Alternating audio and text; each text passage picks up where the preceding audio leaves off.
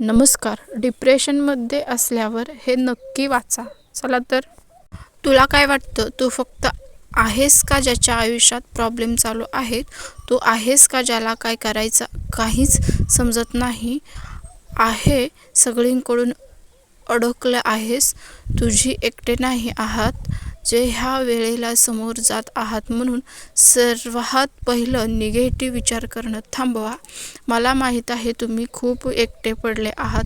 मग त्यात काहीही कारण असेल तर मला माहीत आहे तुमच्या लाईफमध्ये काय अशा ठिकाणी आहात जिथून मागे जाणे खूप कठीण होऊन बसले आहे आणि तुमच्या मनात खूप विचार चालू असतील की कसं होणार यार, कोणी सांगणार नाही आहे, कोणी ऐकायला नाही आहे, पण असं कसं असताना मार्ग निघतो रे.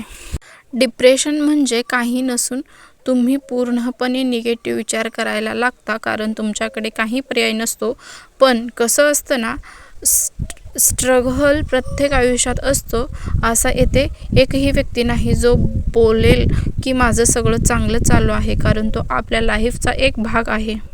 तुम्हाला काय वाटतं, तुमच्याप्रमाणे नाही झालं म्हणजे संपलं का सगळं? तुम्हाला काय वाटतं की तिने किंवा त्याने रिजेक्ट केलं म्हणजे संपलं का आयुष्य? तुम्हाला त्रास झाला म्हणजे एवढंच का आयुष्य आहे का?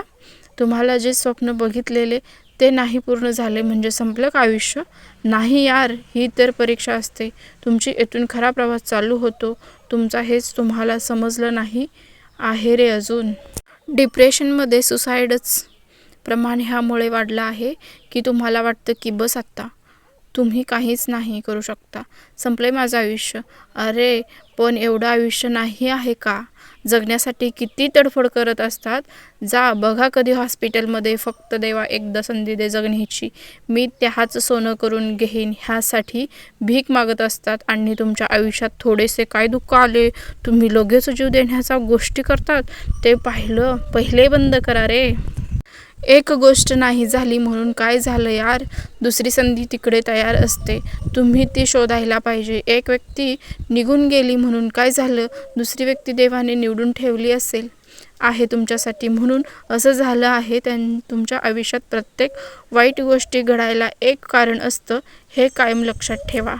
मान्य आहे काही वाईट गोष्टी घडल्यानंतर तुम्ही खूप निगेटिव्ह विचार करायला लागता, पण तुम्हाला सगळे तसेच वाटायला लागतात. पण ठीक आहे, ते होणं नॉर्मल आहे. काही वेळ जाऊ दे, थोडा वेळ द्या स्वतःला. नवीन गोष्टी शिका, नवीन मार्ग शोधा. एक गोष्ट धरून बसलो तर त्रास जास्त होतो.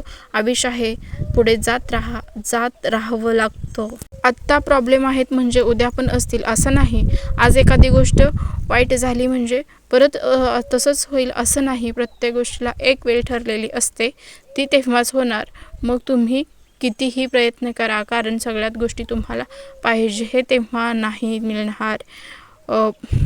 पॉइंटनेस ठेवा की जे हे करतात ते करत राहा. सोपं नसतं माहीत आहे, पण दुसरा पर्याय नाही आहे रे.